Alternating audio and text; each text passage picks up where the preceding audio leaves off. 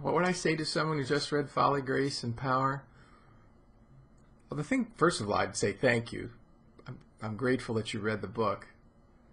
But I would also ask them to extend the conversation. One of the things that I say in the introduction is that this book isn't meant to be an exhaustive treatment. It's a theological reflection. And I think that there's much more that could be said about the subject.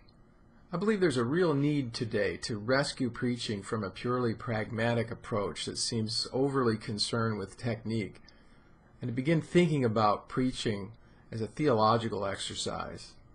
I'd also encourage someone who's just read Folly, Grace, and Power to recommend the book to their friends who are listeners rather than preachers. Not just preachers, but also listeners.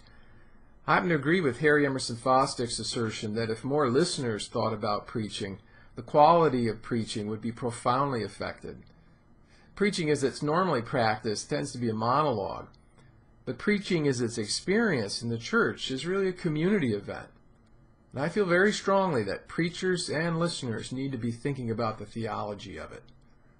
One other thing I'd say to someone who's read Folly, Grace, and Power is I'd ask them what they learned about preaching that surprised them.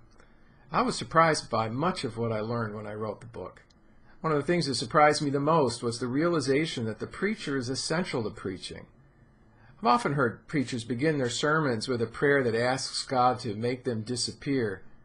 I'm convinced now that such a sentiment, as noble as it sounds, is really wrong-headed. God doesn't intend for the preacher to disappear.